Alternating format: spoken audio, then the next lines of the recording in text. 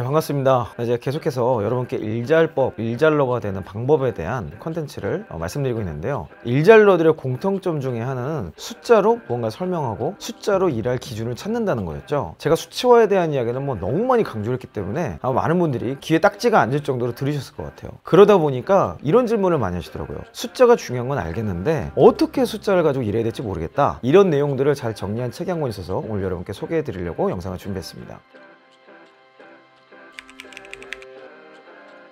제가 여러분께 소개해드릴 책은요, 숫자로 일하는 법이라는 책이에요. 일단 제목이 마음에 들었고요. 2007년도에 삼성공채를 입사해서 지금까지 현직자로서 열심히 일하시는 분이 내 나름의 숫자로 일하는 모든 노하우를 다 집약해 놓은 책이라고 합니다. 그래서 제가 쭉 책을 다 읽어봤는데요, 굉장히 인상 깊고 여러분들이 배우고 적용해볼 만한 포인트들이 여러 가지 있었어요. 그래서 오늘 영상에서는요, 일잘러의 핵심 개념, 그리고 숫자로 이야기해야 되는 이유, 숫자의 의미를 부여하는 방법 몇 가지, 보고를 잘하는 방법, 이 책에서 여러분이 사용할 수 있을 만한 의미 있는 질문과 템플릿을 알아보도록 하겠습니다. 자, 먼저 일 잘하는 사람들이 잘하는 게 뭘까요? 결국에는 상대방 중심적으로 일을 하는 거거든요. 근데 일반적으로 어떤 일을 기획을 한번 해봐라 라고 하면은 어떤 그 특정 사안에 대해서 이렇게 하고 싶습니다 라고만 기획을 해요. 근데 일 잘하는 사람들은 내가 무엇을 하려고 하고 있고 이걸 왜 하고 그래서 어떻게 할 겁니다 라는 what, why, how의 구조를 가지고 설명을 합니다. 사실 여기 핵심이 되는 요소가 why에는 진단, 문제에 대한 분석이라든지 발전에 대한 것들을 어떤 숫자로 바꿀 수 있습니다 라고 설명하는 거고요. how 역시 이 숫자를 바꾸기 위해서 이렇게 일하는 게 좋습니다 라는 대략적인 그림을 가지고 일하는 거죠. 이 책의 34페이지도 보면 기획안을 만들어 온 대리에 두 가지 기획안을 설명하고 있어요. 여기서 여러분들이 지금까지 기획이라는 업무 또는 그냥 일을 할 때 어떻게 기획하는지를 대략적으로 비교해보는 좋은 기준점이 되지 않을까 생각이 좀 들더라고요. 두 번째로 무엇을 안다는 것이 뭘까요? 결국 여러분들이 전문가가 된다는 것은 더 많은 패턴을 알고 더 일을 잘할 수 있는 여러 가지 요소들을 안다는 거잖아요. 그 안다는 것을 한 번 더 심층적으로 쪼개보면 그 안에 세 가지 요소가 있다고 합니다. 바로 정의와 논리, 효과. 이 세 가지라도 설명할 수 있어야 내가 이 일에 대해서 알고 있다고 말할 수 있다는 겁니다. 근데 여기에서 논리가 되는 핵심이 뭐냐, 또 효과가 되는 핵심이 뭐냐, 바로 이게 숫자라는 거예요. 우리가 숫자로 일해야 될 이유는 너무나도 많지만 내가 어떤 일을 정확히 파악하고 있고 개선시킬 수 있고 변화시킬 수 있다는 것은 결국 숫자로 비포 애프터를 설명하는 것 외에는 딱히 방법이 없다라고 생각할 수 있는 거죠.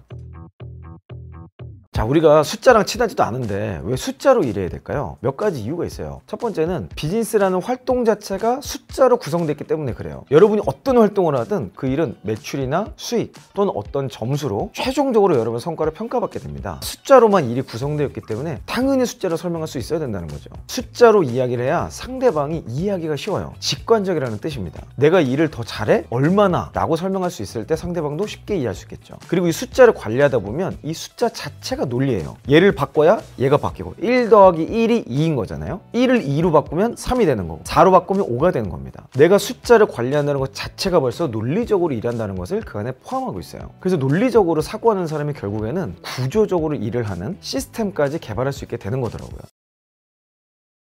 그런데 우리가 숫자로 일을 하다 보면 그냥 숫자에 함몰되는 경우들이 있어요. 또는 숫자에 함몰되면 의미 없는 숫자에 매여가지고 별로 중요하지도 않은 숫자인지 아닌지도 모르고 그냥 그 숫자만 계속 집중하는 경우가 있다는 거죠. 숫자에 의미를 부여하는 방법이 이 책에서 몇 가지로 정리하고 있는데 제가 보기엔 굉장히 의미 있는 포인트들인 것 같아요. 그 첫 번째 방법은 상대적인 위치를 표현하는 겁니다. 결국에는 우리가 숫자로 일을 한다는 것 자체는 보고를 한다거나 누군가를 설득한다거나 상대방의 현재 위치를 알려주기 위함이거든요. 이때 이해를 돕기 위해서 상대적인 숫자를 사용하는 거예요. 여기에 대표적으로 쓰는 것들이 평균값, 최소값, 최대값 이런 것들이 있는 거죠. 우리의 위치는 평균에 비교해서 어디쯤 와 있고 최대치에 거의 도달하고 있다. 이런 것들을 우리의 목표로 잡는데 굉장히 좋은 방법이 될 겁니다. 숫자로 의미를 부여하는 두 번째 방법은요, 추세를 확인하는 거예요. 그래서 어떤 숫자를 계속 확인하다 보면 이상하게 올라가거나 또 이상하게 꺼지거나 이런 변화의 지점들이 있거든요. 이 추세라는 것은 숫자의 기간의 의미를 부여하는 거예요. 그래서 1년, 3년, 5년 정도의 기간을 연속적으로 보고 이 중에 잘했을 때 또는 잘 안 됐을 때 지금이 어느 정도 위치에 있는지 의미를 부여하면 이 보고를 받는 상사나 또는 고객이 뭐가 나아졌는지 어떤 부분에 발전이 있는지를 쉽게 이해할 수 있습니다. 세 번째 방법으로 정성적인 것을 정량화한다라는 개념이 있어요. 자, 정성적인 건요, 우리가 뭔가 숫자로 설명하기 어려운 뭔가 느낌적인 느낌이야 그런 거를 정성적이라고 하고, 정량은 정확한 숫자로 딱딱 떨어지는 거예요. 근데 이 정성적이 항상 문제고, 우리가 일을 하다 보면 정상적인 게 너무 중요한 건 알지만 이 중요한 것을 설명하기가 어려운 경우가 많아요. 그래서 이 책에서는 핀란드에서 행복지수 같은 행복이라는 굉장히 정성적인 개념을 행복지수라는 정량화를 통해서 상대적인 것과 추세를 함께 볼 수 있는 예시로서 핀란드 행복지수를 제시하고 있습니다. 그래서 이걸 여러분의 업무에 적용을 해보면 고객의 만족도일 수도 있고요, 상사의 만족도일 수도 있겠죠. 뭔가 그런 만족들이 차곡차곡 쌓이면 결국에는 좋은 결과물로 이어지는 거잖아요. 그래서 저는 예전에 인사팀장으로서 대표님의 시간 사용을 관리를 하면서 이런 방법을 썼던 적이 있어요. 각 미팅이 끝날 때마다 대표님께 만족도를 물어보는 거예요. 대표님, 이 미팅은 왜 만족하셨고 굉장히 불만족했으면 왜 그랬는지를 A, B, C로 척도로 간단하게 나누고 이유에 대해서 한번 모아보는 거죠. 이것들을 쭉 모으다 보면 만족스러운 미팅이 가지고 있는 구체적인 통계들이 나오고요, 불만족하는 미팅이 갖고 있는 구체적인 통계들이 나오더라고요. 그럼 저는 이런 내용들을 정리해서 미팅을 준비하는 대상자들에게 미리 설명을 해주는 거예요. 그럼 불필요한 미팅을 줄이고 의미 있는 미팅으로 시간을 바꿔낼 수 있게 되는 거죠. 만족도라는 굉장히 추상적인 내용도 숫자로 관리하는 방법이 누적되면 굉장히 의미 있는 정량적 방법을 성공할 수 있습니다. 사실 이런 게 쌓이고 쌓여서 여러분들의 생산성이나 퍼포먼스가 급격하게 올라가게 되는 거죠. 자, 이것 외에도 이 책에서 숫자를 잘 활용하는 방법들을 아주 구체적으로 다루고 있는 내용들이 있어요. 그런 내용들 하나씩 보시면서 여러분 업무에 적용할 수 있는 포인트들을 찾아내시면 좋겠습니다.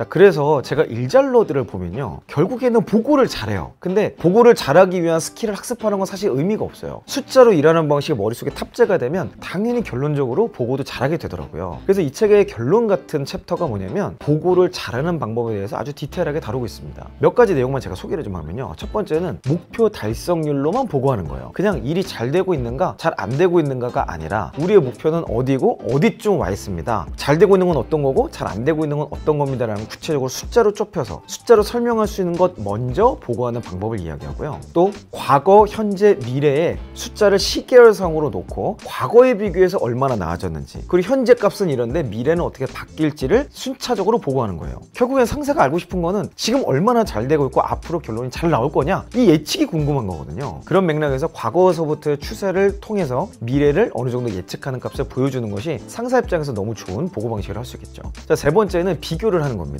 비슷한 규모 또는 비슷한 속성을 가지고 있었던 프로젝트나 이전에 사람이 했던 어떤 생산성과 비교해서 보여주는 거예요. 자, 앞서 얘기했던 목표 달성률조차도 지금이 70%인데 이전 분기 혹은 작년 또는 비슷한 프로젝트를 했던 다른 사람에 비교했을 때 지금쯤 한 60%가 달성률이 맞는데 나는 이미 75%까지 왔다. 그럼 같은 75%라도 이미 같은 게 아닌 거죠. 훨씬 더 이 비교값을 잘 사용만 해도 안정감을 줄 수 있는 보고 방식이라고 말씀드리고 싶네요. 자, 그리고 마지막으로 보고할 때는 그래프를 사용하는 게 무조건 좋다고 얘기합니다. 210페이지에 이런 내용이 자세히 설명이 되어 있는데 너무 궁금한 거예요. 숫자판만 굉장히 늘어놓는 것보다는 그래프를 통해서 추세, 과거, 현재, 미래를 한눈에 보기 쉽게 전달하면 그냥 시각적으로도 이해가 잘 되고 보고하는 여러분들도 어떤 걸 관리해야 될지를 정확하게 알 수 있게 될 겁니다.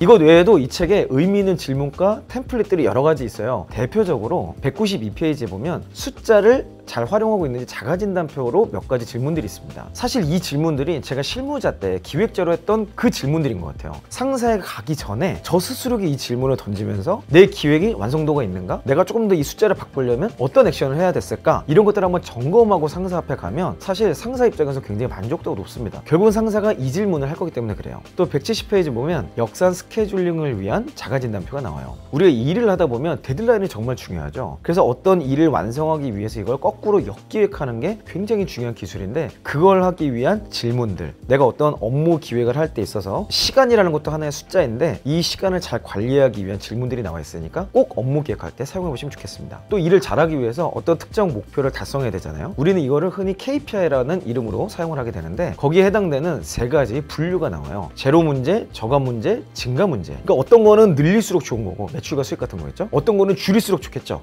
불필요한 원가라든지 비용 같은 거 줄이는 게 좋을 거예요. 품질과 관련돼서는 제로 문제, 제로에 가까울수록 무조건 좋다는 이런 세 가지 지표를 가지고 우리가 어떤 숫자를 관리할지 예시를 들어놨으니까 여러분 업무에 적용할 수 있는 내용들도 한번 찾아보시면 좋겠습니다. 제가 지금까지 여러분들께 이렇게 하면 좋다라고 많이 말씀드렸는데 거기에 도움이 될 만한 좋은 책들은 광고가 아니라도 여러분께 소개를 드리도록 하겠습니다. 이 책에 대해서 궁금하신 분들은 더보기란과 고정 댓글에 있는 링크를 통해서 자세하게 확인해 보시면 좋겠습니다. 여러분, 저는 다음 영상에서 더 의미 있고 여러분께 도움이 되는 콘텐츠로 찾아뵙도록 하겠습니다. 이상 이영이었습니다.